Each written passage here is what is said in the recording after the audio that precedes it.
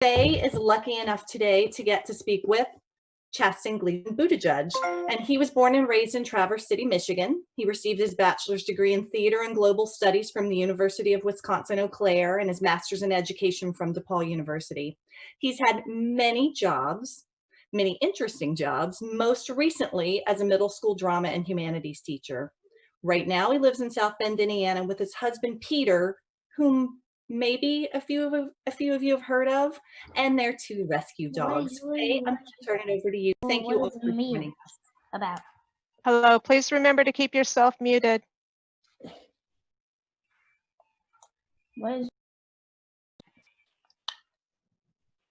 Okay, so Hi, Faye. You're on mute. And then some other folks are not on mute.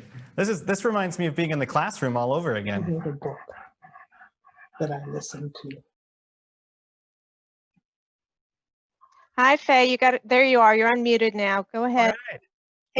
It was underneath the PowerPoint. Okay. Hello, everybody. Chasten, I'm so happy to talk to you again. And I loved your book. Thank you. And the short phone interview we did for Letters from Camp Rehoboth. And I'm glad to be able to chat again. How's the tour going? It's been interesting, right? We're all living in interesting times. The bummer is most of it is virtual. Well, all of it has been virtual. And so some of that's convenient. You can do MSNBC in your pajamas, or at least your pajamas from the bottom down. You know, so it's easier to talk with folks and connect with folks, but it is a bummer to not be out on the road, because I loved connecting with people on the campaign trail, meeting them, you know, seeing them face to face. But it is still such an honor to just see this book on the shelves, see people reading the book, and I'm so happy that I get to share it. Well, that's wonderful. I'm going to jump right in. I understand you were folding laundry when Mayor Pete, or Peter as you call him, first brought up the idea of running for president. Yeah. What'd you think? What was your first thought?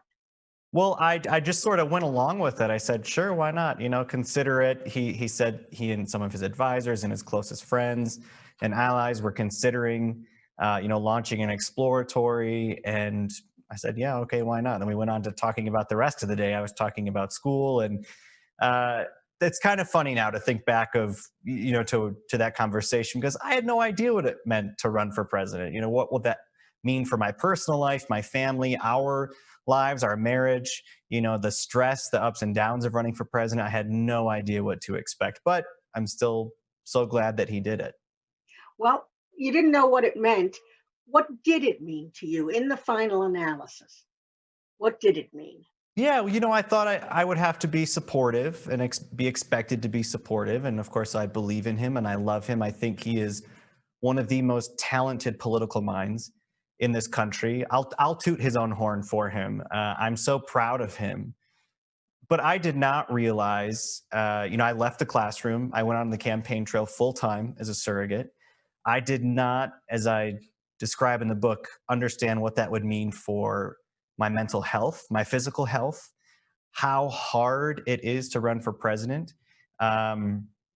You know, eating Starbucks, running through an airport, jumping on your 8th flight of the day, going to your 4th state, and crashing into some springy bed at a Courtyard Marriott, you know, in a state you don't even know where you're at. I had no idea what it was like to be out on the campaign trail, but I also couldn't have anticipated all the good that came from it, and truly what that did for me, my own understanding of my story, and what I can contribute, you know, to the larger picture.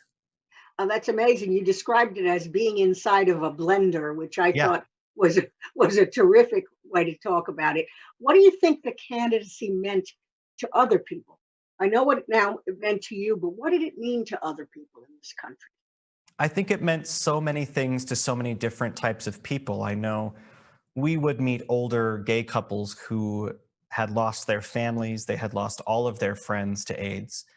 And the thought of Peter, just the thought that someone like him could exist, was enough for them. And they would meet us on these rope lines and just break down in tears, you know, amazing. Clutching onto him. And then we met other people who were never political in their entire lives, had gone their entire lives without getting involved in a campaign, and now they were out knocking on doors every weekend for Peter. Folks who had switched from voting Republican to voting Democrat. I mean, so many different types of people connected to this campaign, and it meant so much to them in very different ways. Teachers who felt seen and understood, parents who felt like maybe there was hope for the next generation, LGBTQ couples and individuals who never thought that we would see this day in American history. And that was really exciting to be a part of. Oh, that's super. I love the quote that initially you did not like politicians. You called them a necessary evil. Okay, what changed your mind? Yeah, I grew up in Northern Michigan. I was never political. I never even felt motivated or welcome into the political conversation. My mother was diagnosed with cancer when I was in high school. Obviously, I was a very closeted teenager. And I had a lot of questions about what power meant specifically for people like me, my family, in places like Northern Michigan. I just felt like people in Washington probably don't really care about us. They probably don't even get us. Or what life is like here, especially for the scared, closeted teenager who's just Sure. trying to get by.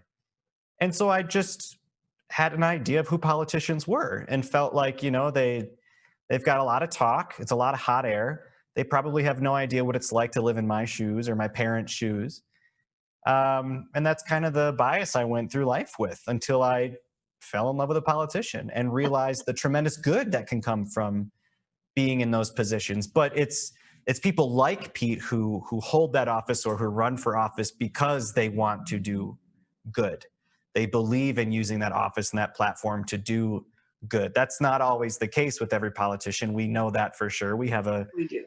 game show host in the White House right now. I don't think everybody who runs for office truly believes that they can use that platform for good, but I certainly didn't think that many politicians believed that either. And then it really changed my mind. I bet it when I fell in did. love with Pete. Yeah. I bet it did. Are you getting to have a little more relaxed time these days?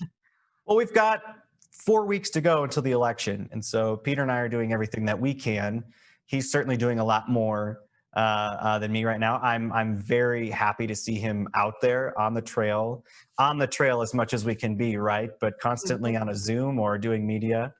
But because everything is happening from home, that does mean I get to see him more often. And sometimes I'll say, I feel like I didn't even get to see you today, even though I've seen you all day, just because we're so busy.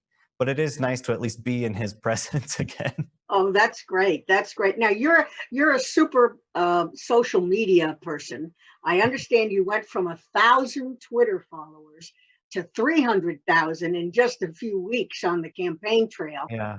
How do you use social media? How did you use it in the campaign, and how are you using it now? Well, I guess I prescribe to the thinking that social media is a necessary evil as well.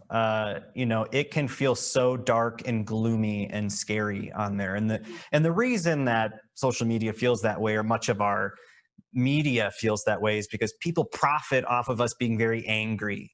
So you don't open Twitter and feel uplifted and you see all the good. You're usually punched in the face with the bad. Right? And I believed that I should just use this platform, use this opportunity to pull back the curtain, show people what it's really like to run for president.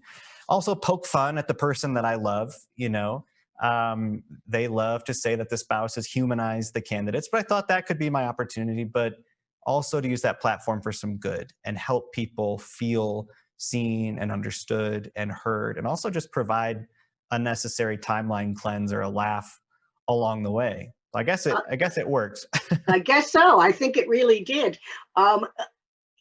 What are you exactly doing for the campaign now with your social media? What is your purpose during the next 4 weeks? What are you planning? Yeah, well, at first, I'm a strong believer in relational organizing. We call it relational organizing now, but really it's just good old-fashioned organizing. So we're not always calling people, texting people, knocking on people's doors. I think what I am trying to convince people to do is to get comfortable being uncomfortable, that we have to reach out to people that we know are ready to vote for this president again and talk about what's at stake, what is on the line in our personal lives. I grew up in a very Catholic Midwestern family where we did not talk about our feelings, and we did not talk about religion, and we did not talk about politics.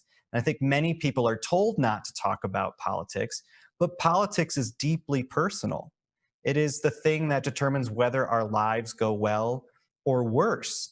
And so I'm trying to use my platform to convince people to have those conversations. I also appreciate shedding some light on truths that some people don't want to accept, especially when it comes to the LGBTQ community. And using that platform to help inform other people of not only how to have those conversations, but why they should have those conversations, equip them with maybe some necessary tools to head into those conversations, which can sometimes feel like a battle. I know I am related to people who are of a very different political persuasion, but many of us need to have those conversations. I know we love these people. I come from a family where family comes first. But we also have to be willing to talk about some of the most personal, scary things in our lives. And for me, just as a married gay man, that's the rights that I have and the rights that I don't want to lose. Well, thank you. I tell you, I want to go back a little bit to your early days, which you started to talk about in your memoir. You told us that your parents did not kick you out of the house when you came out to them. Right. But you left home anyway.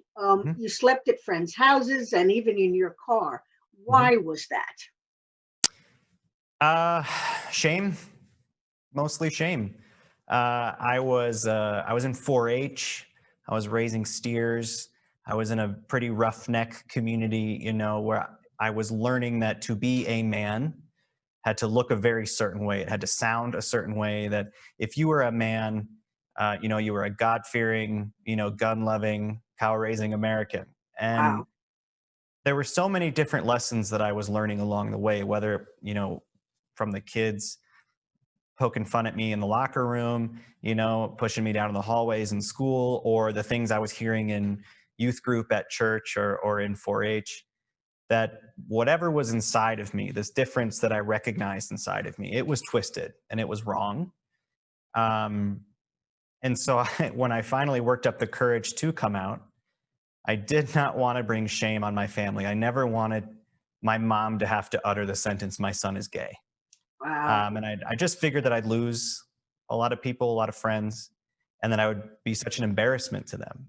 Well, of And so course, I having figured I'd read, spare them the misery. having read about it, I feel very sorry that those were your feelings, but that certainly was not unlike so many others. What did watching television like Will and Grace and that kind of thing, Ellen, what did that do for you? Yeah. And just to follow up on our last question, it's so important that people know that my parents brought me home. Yes. That they called me. Yes. You know, this book is not only about my journey, it's a little bit about theirs. And I hope it's inspiring to other people as well, that my parents had no idea what it meant to be gay. And they hugged me close and they told me, "We have no answers. All we can tell you is we know it's going to be hard, but we love you and we'll be here for you." And that's really important for me to share with other people, because they are also, you know, beacons of hope, I think, in their own way. Growing up watching television, Ellen DeGeneres was probably the first gay person I came to understand as a gay American. And I was sort of nervous to watch her show, but my mom would also sometimes watch her show. And it was like a little hint to me that maybe it's okay to be gay. But at that time, it felt like being gay was something that other people could have. Like you could have it like over there, like in Hollywood or in New York, but not here, not in Northern Michigan. Loved Will and Grace, terrified to watch it in front of my family. I was so afraid to laugh at Jack being, you know, loud and funny, because that's who I wanted to be. I wanted to be loud and funny, but I did not want my brothers or my family to think that because I was laughing at that joke, that meant that I was gay. I did not want them to learn that secret about me. Well, you know, with your years of depression over being gay and internalized homophobia in high school and in college, do you think it's gotten easier now? Did you meet people along the way during the campaign to give you an idea what it's like now as compared to when you were in high school? I want to say yes. But the problem is the LGBTQ community is not monolithic. And when I went out on the campaign trail, I told the campaign I want to spend a lot of time in the community because I'm a white cisgender gay man. I am one letter. I am one very privileged letter in this acronym. And life in reality is so different for people in our community. That's why I spent so much time out on the trail, speaking with people, listening to their stories. That way I had a better understanding of just where I came from, but also what I needed to take with me to Washington. I met some of the most powerful, strong, well-worded young people who would take me to task on politics, who were half my age, who came out at a much younger age, who had such a strong sense of self-identity that I was so envious of. And then I met people who had never come out. They would whisper in our ear. I left home when I was 17, ran away, haven't seen my parents in 40 years. And they were still in the closet because they were living in, the middle of Arkansas, and just felt that it was simply unsafe to be out. And so I want to say, yes, it's gotten better, because in some ways we have more media, we have more attention, we have more ways for younger people or queer people in general to connect, to feel seen, to feel heard. But that doesn't mean everything has gotten better. And certainly you understand that as well. Absolutely. It's gotten better for some, but until it's gotten better for all, we have a lot of work to do.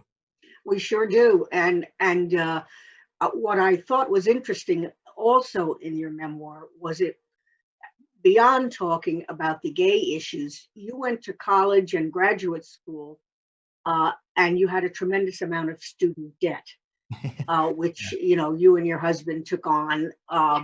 And what do you think the political solution for this problem is? Have you thought about what the next administration should do about this? Yeah, I think we have to start by increasing Pell Grants. Pell Grants sort of helps me keep my head above water for a while, but I could not afford housing and books and food, and my tuition all on a Pell Grant. I also went into college not knowing a thing. My parents never went to college. I was a first-generation college student. I go to financial aid, and they would just tell me to sign on the dotted line for a number that meant that I could cover everything, and I did, because I figured these people are offering me aid. It's financial aid, and therefore they believe I need it, so I took it. It shouldn't be so expensive to go to school, and we got to stop telling people, to climb out of poverty, to make something of yourself. You got to go to college. And then I did that, and everyone said, well, you got to go to grad school. But, the lie that I was fed was, go to college and everything will be fine. Just go get a bachelor's degree and you'll be great. And I did. And I wound up working 4 part-time jobs, sleeping in a spider-infested basement apartment, wondering, how am I ever going to get above this, especially going into a field like arts education. So I think the next administration has to take a hard look at least increasing Pell Grants. But one, what does it truly mean to believe and support public education and higher education in this country? And I believe it should be free for many students whose families cannot afford it. And we should start there. I think that's the floor. Well, and that's an interesting, I didn't think about the Pell Grant situation, but that certainly is a first step. And another issue that you talk eloquently about in the book is that you were hospitalized at one point without health insurance. What role did that play in your thinking, or Mayor Pete's thinking, about the future of health insurance in this country? Yeah, well, I know this is a pretty tenuous topic, but I had left Starbucks. I don't want to give away all the stories in the book, but I left Starbucks. A guy came in and pulled a knife on us, and I thought, I don't know if I can do this much longer. And I eventually left Starbucks and was working other part-time jobs. I was letting out my apartment on Airbnb, trying to make ends meet, and found myself without health insurance. I had health insurance through Starbucks until I lost it.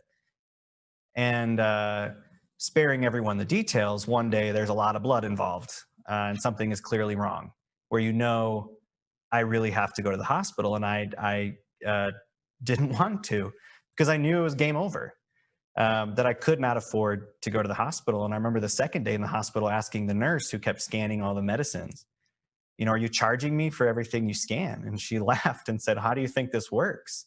And I said, I got to see the doctor. I got to go home. I can't be here. There's no way. I think I came out of the ER with about $12,000 in medical debt. And these telemarketers would call up, or collectors would call up, and I'd say, I'm sorry, I don't have any money. And they would say, I'm so sorry to hear that.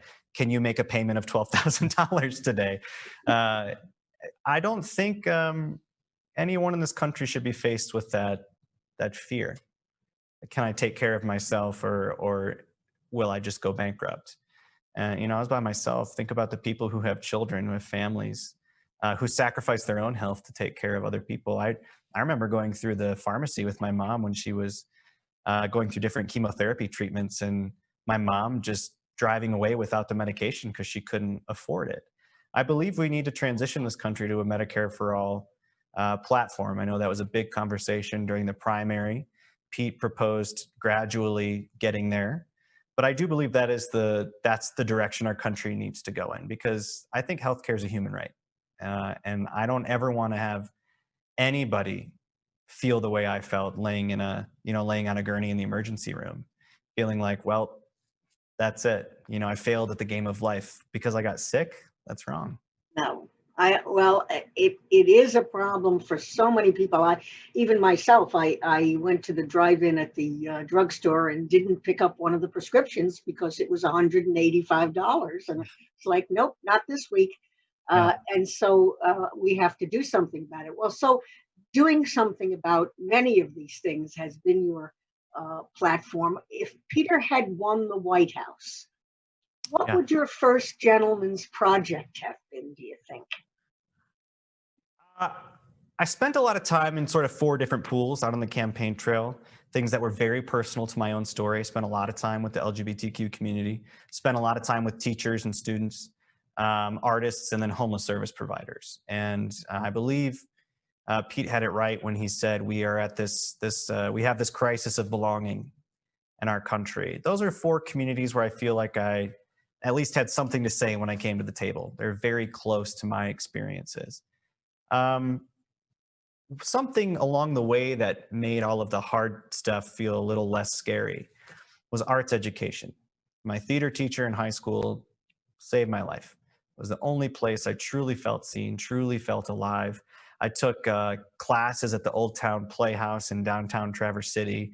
And, I was walking through the hallways in school feeling like I couldn't be weird, I couldn't be different. But then I went to the Old Town Playhouse and they encouraged me to be weird, and they encouraged me to be different. They encouraged me to find my own voice. So I want to make sure every kid in our country has access to arts education. It's usually we don't cut football, but we cut, arts education. And that I just think we don't value the arts and the humanities enough.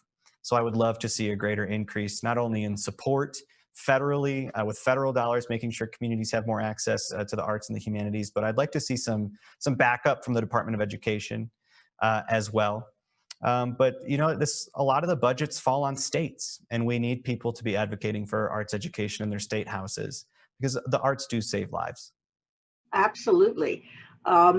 Speaking of the arts, just a personal question: do you follow Randy Rainbow? Yes. Yeah. Those videos are great. Aren't they just? Yeah. Do you want to get back to teaching? Would you like to be back teaching? In some capacity, yeah. It wasn't necessarily the content that I was teaching, English or social studies. I also taught theater. It was just being that person in the room. I liked being an ally for my students. I liked that they liked coming to my classroom. And middle school is a tough time. It's a tough time for everyone. And I sprang out of bed every morning to go to school because I liked being that person for them in that space where they felt safe, to explore the world and their ideas, their thoughts, and their identity. It's terrific. What do you envision for the future then for you and your husband? I know it's a hard question because you don't know what kind of job he will be doing next, and I'm sure you can't tell me. So what do you envision? I don't know. And I'm not giving you a political answer, I promise. I want my husband to be happy. He, I think, is happiest when he's working on really big issues. he reads a lot, he writes a lot. He's such a thoughtful, worldly person. Right now, he's, doing a lot of different things, his podcast and his book and campaigning. And, he's got his PAC where he's supporting down ballot candidates. He's doing a lot of different things. And I'm excited to see him settle on something where he, kind of has an idea of what he's doing every day, if that makes sense. I really do just want to see him happy. And I think he's really happy when he's in the arena, when he's in the game, because right now our arena is filled with people who aren't there for the right reasons. And I know Pete is. And I want to see him stay involved, because not only do I believe he's brilliant, but I know he inspires other people. People listen to what he has to say. I think he's a voice of reason and hope and progress. Who knows what that means for him? But beyond that, I don't think we've been too cagey about the family talk. We're excited to keep talking about how we do that. Not necessarily easy. We keep trying, but we're just excited to see what that means for both of us. Very exciting, very exciting. Well, speaking about being happy, which you were, please tell us about your rescue pups. Please tell us about the dogs. They're doing well. Buddy and Truman are doing well. We have 2 rescue dogs. Buddy's a Puggle, although I think he's got to be something more than Pug and Beagle. He's too big. When we adopted him, he was about 20 pounds overweight. He's shedding a lot of pounds, which is good. We're exercising him a lot. And then Truman, of course, is our very quiet Beagle Lab mix, kind of always giving you the one eyebrow. I don't think he likes any of us, but we love them. We love them dearly, and we're so happy to be closer to them. Now, I understand they do social media as well. Is that true? Yes, that's right. That's right. They have their own account. We let them run their own account. We try to let them find their own voice. I think it's great. So tell me we don't want to give away a lot of stories in the book, but I know you did meet President Obama, and you had an interesting first meeting. So would you like to share that with us? I think it's one of the good ones. Long story long, early on dating Pete, I tell the story in detail in the book, but I did not own a suit. I'd never owned a suit before in my life. And he asked me if I owned a suit. I said I did not. So he bought me one for Christmas. And then he took me to the White House Christmas party. And it's one of the first times I really felt that imposter syndrome. Like, I do not belong in spaces like this. I should not be here. Who are all these senators and these very fancy people with big titles? And it's DC, everyone's passing out business cards. And the Obamas come into the room, give a little Christmas greeting, and then you can go up to the rope line to say hello to them. And Pete kept pushing me to the rope line. I said, go say hi. You should go say hello. And I'm reaching my hand over the person in front of me, trying to, shake President Obama's hand. And this guy comes barreling in behind me and just kind of knocks me off my balance. And I turn around to see, who's this jerk, doing this. And then I feel President Obama's hand on my hand, and I quickly turn around, and I don't know why, but I see that he's holding my hand. So I recoil. And then I, mid recoiling, I realized now I'm recoiling from the president. So I stop, and I stopped on his pointer finger. And I just shook his pointer finger very vigorously. I said, "Merry Christmas, Mr. President." I was mortified. I was almost brought to tears. I thought I was such an embarrassment to my, up and coming political star boyfriend, Mayor Pete. And I thought when the Obamas went to bed that night, they surely were talking about what a weirdo I was. But then I went on the campaign trail and realized that stuff happens to you every day. There's so much weirdness and goofiness out there. But it was, at the moment, very mortifying. Well, I want to tell people that there are a number of really fun stories in the book, as well as a lot of incredible inspection of topics that are so important these days. What advice would you give to young people, especially now with COVID and this incredible election season? Even us olders, not just youngsters. Some of us have this profound despair about the future. how do you keep yourself up, and what can you tell us? Yeah. You seem very cheery, and I love that. And so tell me what we should do when we're thinking about the future. It's just iced coffee, Faye. I just drink a lot of coffee. Oh, okay. You know, like I said earlier, our media ecosystem and social media is designed to keep you there, and they keep you there by frightening you and by making you feel so outraged and angry that you keep scrolling or you keep watching. We don't see the goodness of our country on social media too often. We definitely don't see it in the national media. I know from doing this book tour, many shows have said, your book sounds nice, but we really want to talk about Trump. And that's sad. You know, everybody wants to talk about the doom and the gloom. When I was on the campaign trail, I met inspiring people every single day. People who are just inherently good, and they're doing such good work in their communities, such loving people. I remember this woman in Iowa who was running an after-school theater program out of her own pocket, but it was also sort of like an underground LGBTQ group because these kids had no place to go. So she was sort of like the safe space in the community when there wasn't one. You know, and she's doing this on her own dime and on her own time. People who donate, people who show up and do the work, people who run the food banks and the homeless shelters. Our country is a good place, full of good people, but you don't get to see them or hear about them very often. And that is what inspires me. It's not, if you spend your entire day on Twitter, nothing is going to inspire you. Right. But you also have to realize that allyship, to show up for other people, is more than just good intentions and happy thoughts. That you need to use your words and your work to show people that you truly care about them. And I got to see that every day out on the trail. Now, for young people, myself included, I'm thinking about starting a family in this country, right? The world's on fire. It seems like Washington is melting as well. You know, how many years do we have until it's too late? It's very hard to afford things like housing and healthcare and find a stable job in this country. Of course, that can feel really overwhelming and crushing. Starts with electing people who believe in changing the system, changing the game, and advocating for things that will improve your life. But you can't always expect other people to do the work as well.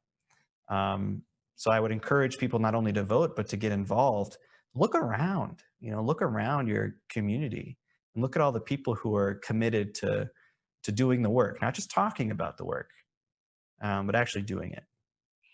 What do you think of the recent news that there seem to be 2 Supreme Court justices who are discussing overturning gay marriage? I don't think I'm allowed to use those words Okay. on this type of talk. I mean, I'm not surprised. I'm not surprised. We got this right 5 years ago. And I hope yesterday, maybe for some people, was a wake-up call that there are people on our Supreme Court, there are people in our government who would gladly take that right away from us. But I do not believe it is my job to continuously call people homophobic and bigots and point my finger and yell. I think part of doing the work is inviting people to the right side of history by having the hard conversations, by saying, this is who I am, this is what I'm fearful of, this is what my love looks like.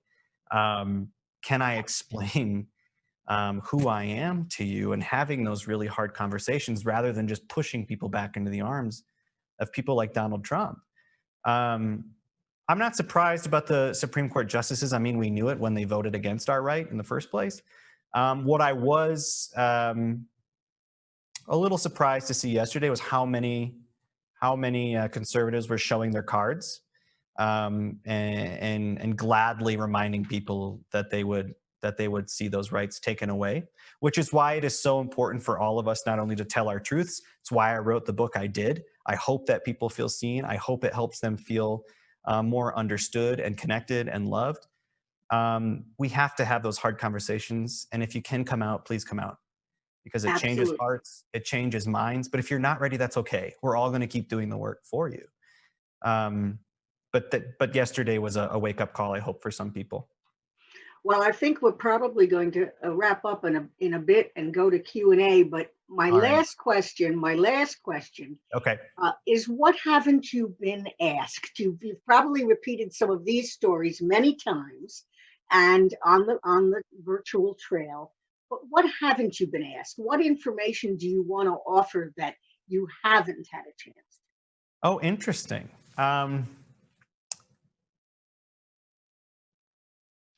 Goodness. Oh no, I have you stumped. Well, it's funny because I think I'm an open book, and you don't often get that in politics. It's why I wrote the book I did. I feel like, and no offense to anybody else, but a lot of the political memoirs that I was perusing in trying to find a voice for my own didn't make me feel like that person understood me or saw me. And I just threw it all out there. I talked about the really hard stuff. I talked about the inspiring stuff. I talked about you talked about a drag queen teaching you how to make a Cosmo. I love that. Yeah, I don't think you read that very often in political memoirs. You know, No, you don't. I wish I would have had a book like this when I was younger, to see someone describe in detail the battle with internalized homophobia and the happy tingly feelings that rush through your body when you finally kiss a boy for the first time.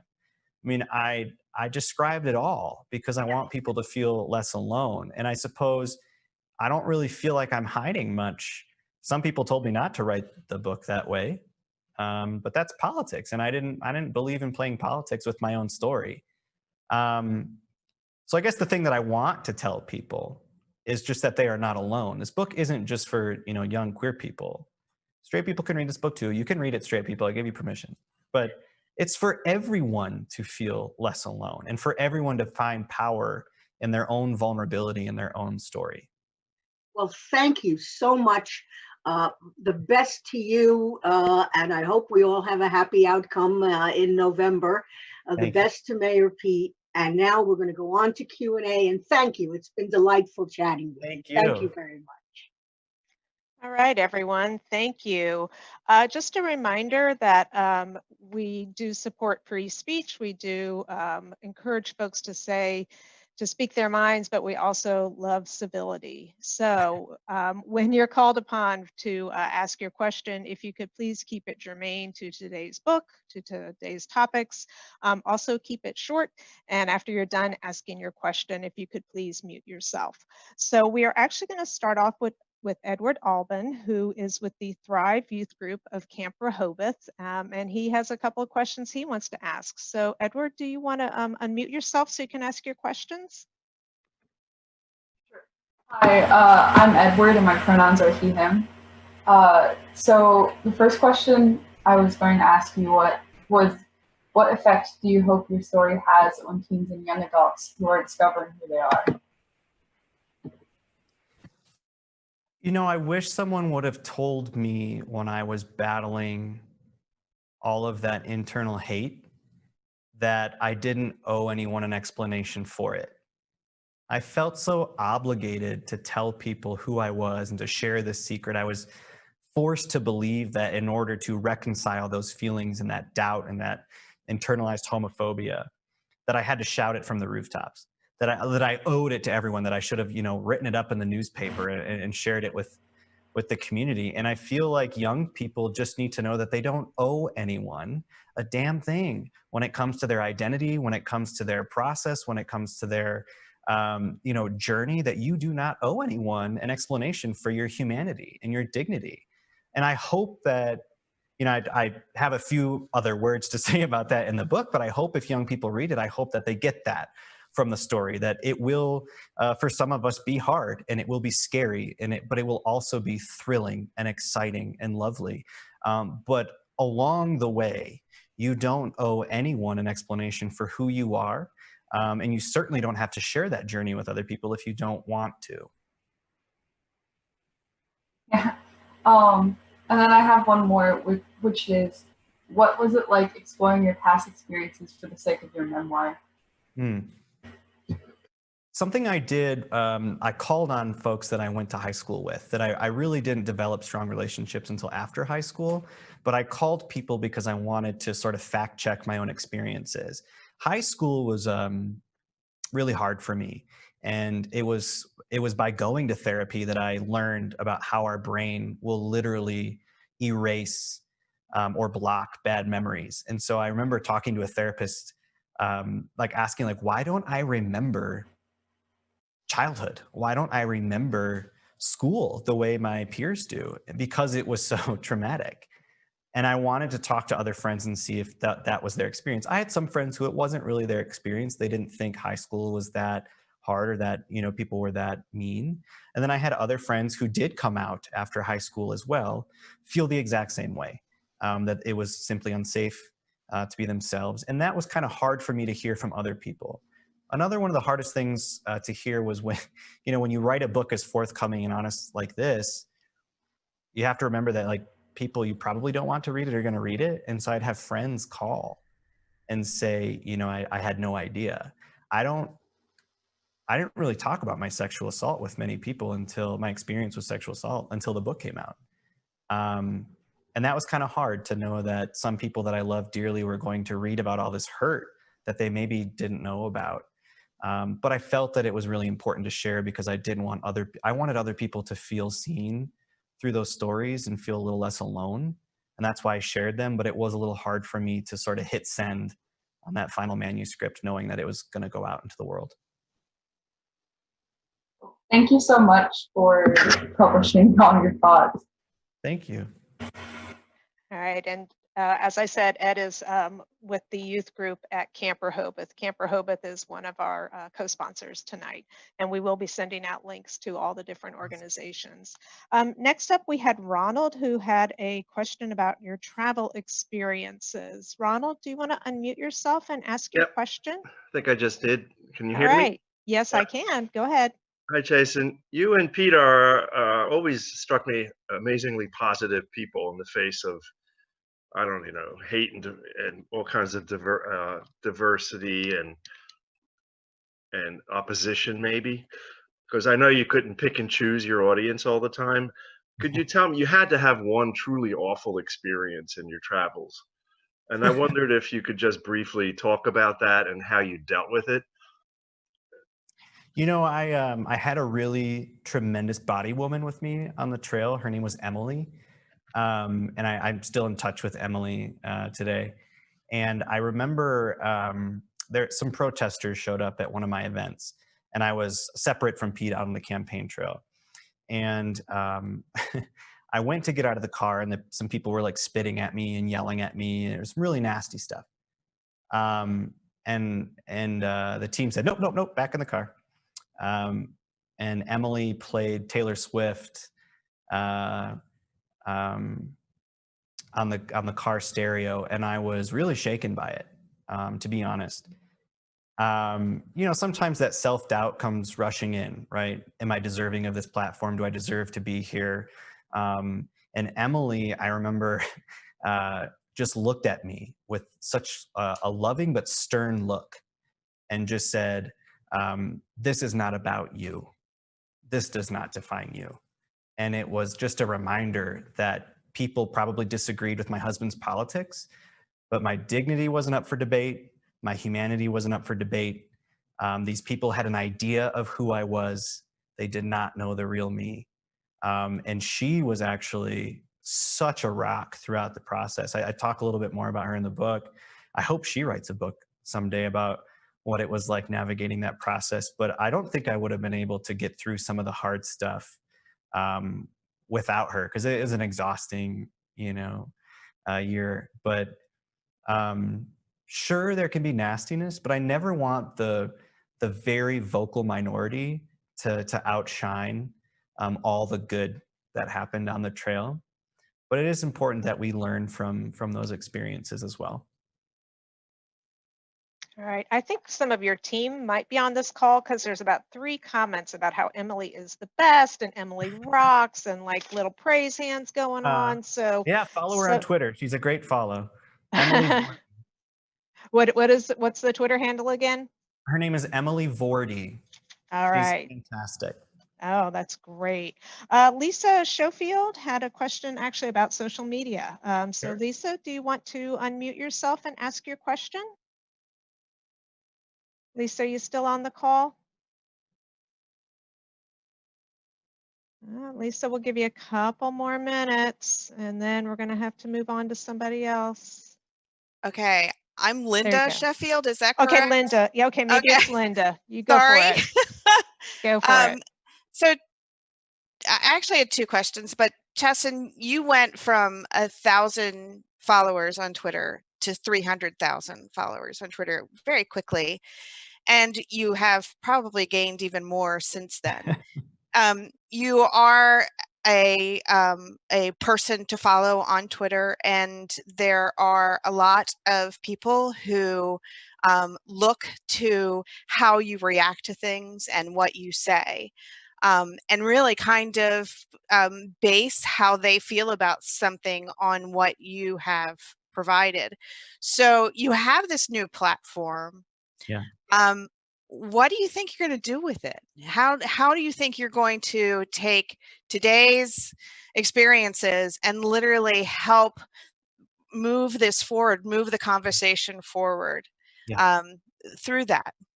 Yeah. Well, first, pink hair, ruby lip, it's on point. You know, I sometimes, like, you know, on the debate night, I reminded people, like, hey, look, the sassy tweets tonight isn't going to change anybody's mind.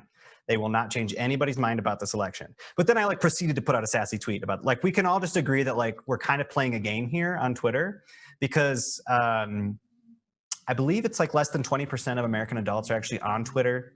And of the people who are on Twitter, it's like less than 10% of the people who are on Twitter make up most of the content. So it's a very, very, very small fraction of American people who are paying attention to the things that are happening on Twitter. Unfortunately, most journalists, most people who get to write the headlines and make the news are on Twitter. And so a lot of people think Twitter is real life, but that's a separate chapter in the book, and you can see what or read what I have to say about that.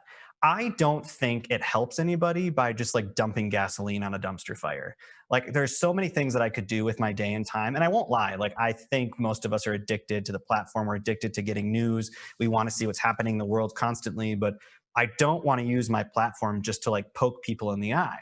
I will say, however, I am a staunch ally of my own community. And when I feel like people are like, you know, like Moira Rose, like coming for my bebes, like, that's my community, right? Like, don't come for my friends, don't come for my family. And then I feel like I need to stick up or stand up and say something, hopefully in the kindest way possible, something that helps maybe elevate the dialogue or remind people of a fact. Yesterday, I was surprised how many conservatives were telling me I was lying when I said the GOP's platform had reversing gay marriage in it and it was anti-LGBTQ. And I just thought, well, maybe if I just share the platform, they could be reminded of this simple fact. I mean, I want to sort of elevate the dialogue. Some people are on there just to poke you in the eye. And that's why they hide behind like cat emojis. But I think we have an opportunity to show who we are and the things that we value through the ways in which we use our social media. So obviously, I've been talking a lot about my book. I've been talking about, you know, vulnerability and sharing our stories. I've been talking a lot about what's at stake in this election. What I don't try to do too much is just spend time on there making fun of other people or poking fun at other people. I would never want to be seen making fun of other people. But sometimes when someone's being like overtly homophobic, sometimes it's fun to like dip your toe in the fire. But if we're all just spending our time in the dumpster fire, well, then we're all just on fire, you know, and who's going to put the fire out? All Thank you. right. Thank got you. it. Thank you, Linda. Sorry, I got your name wrong. Oh, don't worry about it. So Ian Friedland had a question about the election. And I just want to point out also, Viv made a comment to everyone remember to vote and to also bring your entire community with you. So the library is going to promote that as well. So my friend Ian, are you still on here? I am, Rebecca. Thank you. Hey, all right, go ahead with your question. Yeah, so Chasten, when Joe Biden wins the election in 3 or 4 weeks, will you accept the nomination as Secretary of Education? I will not. There are much more qualified people than me to take on that role, but I'll support that person as best as I can. All right, that's great. Some folks have been asking, have some writing questions. One is Claire Snyder Hall. Claire, do you want to unmute yourself and ask your question about writing? Hi. I, I think this might have been a little bit covered already, but Chasten, thank you so much for writing this book. It was really amazing to read it, and it just really resonated.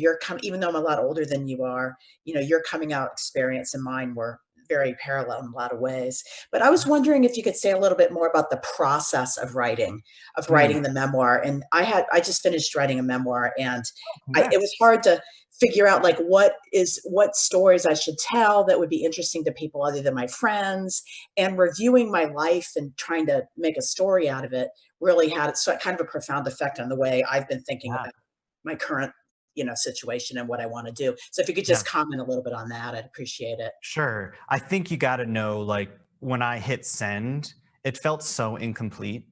It felt like there were 100 more stories I could have told. It was very important to me that I just thought it was funny that they asked me to write a memoir. I'm 31 years old. I was like, I could write essays, but I don't know if I could write a memoir. But, that's what you're supposed to do in politics, I guess. I just really wanted the book to be conversational. It was very important to me from the beginning that this book felt like you were just like grabbing a cocktail or grabbing a cup of coffee with me, and I was just giving you the long and short of it, right? I wanted it to be a breezy read. I am a big fan of like beach books. Like, can I read it in one day at the beach? If so, then I'll probably pick it up. And so for me, I think I'm very expressive. It's hard for me to sit in this chair. I wanted the book to feel like you were sitting across from me at a cafe, and when I'm talking with my friends, I go off. So in order to do that, I actually spent a lot of time telling stories on my feet, recording them, pretending my friends were in front of me. I would go on long walks with Buddy or Truman. Mostly Truman because he can handle the longer walks, Buddy can't, and just record myself telling stories. Some people probably thought I looked like a crazy person, but I really wanted the book to sound and read conversationally.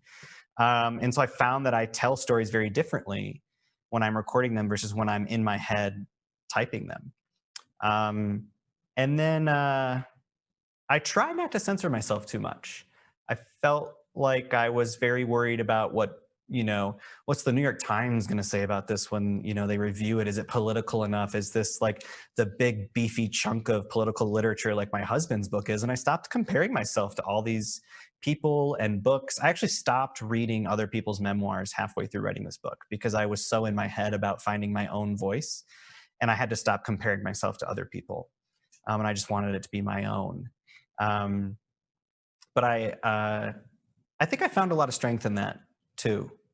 This is my story. I get to tell it my way. And if it's not for other people, then it's not for other people. And so I hopefully you don't feel like you have to hold yourself to the fires of others. You can be your own person and stand in your own truth and story on your own. That's enough, right? Because it is yours. It belongs to nobody but you. Thank you. Great. So we have time for about 2 more questions. Right. I do want to point out that Doug Wilson I think he's trying to say we have beaches down here too, both Rehoboth and Lewis. So if you find yourself out on the East Coast, Great. sometime maybe after January, that you need to come visit us here. Right. So if Drew Rizzotti, I know I'm saying your name wrong, Drew. I'm so sorry. You had both a question and a really great comment. So if you would like to unmute yourself and ask your question. Hi, Chasten. Hi, Drew. Oh my gosh. Okay. First, I want to say thank you so much. You inspired me to come out. I actually wanted to just get that out of the way first.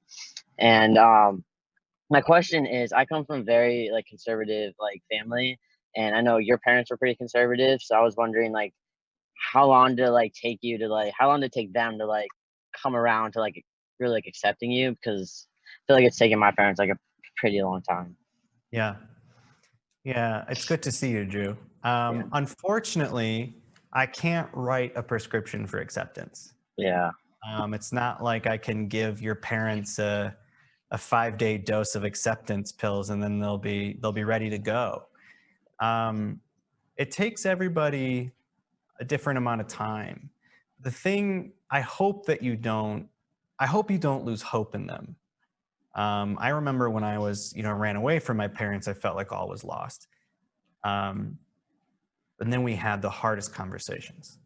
And and it required all of us to be really vulnerable, especially, I don't know how your family is, but we did not talk about our feelings.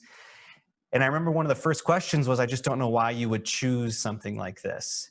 And it took everything in me to swallow that anger and explain to my parents through love, you know, I have battled this for 18 years inside of me. I have stared at your gun case contemplating ending it because you and society have made me feel like this was a choice that I could make. And it was not a choice. If I could have chosen to be the thing that would have made you happy, I would have chosen that. If I could have chosen the easier path, I would have chosen that. If I could have chosen the thing that would have helped other people love me and accept me and made my life easier from the get-go, I would have chosen that. Why do you think I would choose something that would force me to believe that I had to run away from you? And that really opened my parents' eyes. I didn't give up on them and they didn't give up on me. And I hope, you know, I can't make it all get better over Zoom, and I can't wipe away everything that's hurting you. So there are two things here. You can stay in this fight for as long as you can possibly muster the energy. You can also take a break and hope that they come around. And then there will sometimes be people in your life that you will have to walk away from. I don't think you're there yet, and you don't need to be there yet. But there will be people along the way who you will just have to choose to not spend any of your energy on because they're not worth it. Because you're such a great, lovely person who doesn't deserve any of that negativity in your life. But if your parents aren't quite ready to have those conversations, just trust that there are countless other people around you who are ready to support you and have those conversations with you. And when we're in the LGBTQ community, we have this special little superpower where we just get to choose our family. And don't be afraid to choose some other family members, to surround yourself with people who will affirm your identity, who will tell you and remind you daily that you are worth love and acceptance and community and family. And hopefully when your parents are ready to have that conversation, they'll come to the table ready for it. But we also can't force people to have the conversation if they're just not ready. And we can hold out hope that they'll be ready. And sometimes we have to accept that they might never be ready. But in the meantime, find ways to affirm yourself on your own and find other people who are going to do it for you. All right, thank you. And Drew, you probably have about 200 people on this call who have their arms around you right now. So we're all getting verklempt. Anyway, so we have reached the 1 hour mark. I am sure, I think Mayor Pete might have an event tonight too, so I'm sure you all are very busy. So just a real quick reminder, I'm going to put this in the chat. We encourage you to purchase a copy of today's book. It supports the author, which is always good. And we encourage you to support our local independent bookstores by purchasing it from them. So if you purchase it through Browse About Books, you can get a signed book plate that goes with it. And they do ship. It's a $5 shipping fee. So I have put that link in the chat. If you are a Delaware resident, you can get a library card and borrow the book from the Delaware Library, and that is in there. And I also wanted to point out that Fay is also a published author. She was our interviewer today, and I've put in some links in the chat about how to get a hold of her books. And we will send all this information out by email. So Chasten, thank you so much. This has been wonderful. And if everyone would like to unmute themselves and applaud and say thank you, that would be great. Thank you. Woo! Very nice. Thank you. Thank you for everything. Thank you. Thank you, Dr. Awesome. Hi, Drew. Look at you Thank all. you, Faye, too. It was great. Yes. Thank you, Faye. Thank you all. Thank you. Great job, Faye. Yeah. Good job, Faye. Thank everybody. Thank you. Thank you. Thanks, Chasten. Thank you. Very uplifting. Take care. Thank you. Thank you. Good job. Thank you, everybody. Thanks. Say hi to Pete. I will. I will. Thank you so much. Thank you, everyone. Appreciate and you. Ann May says no. All right. Thank you, everyone. Visit us. Yeah. We'll get him here one of these days. Yeah, yeah. Thank you, everyone. Thank you for Thank sharing. you. I see some dogs on the screen. I'm sure they're sending their best wishes. So thank you, everyone. And we hope to see you again soon. Thank Bye-bye you. now. Bye. Bye-bye. Thanks.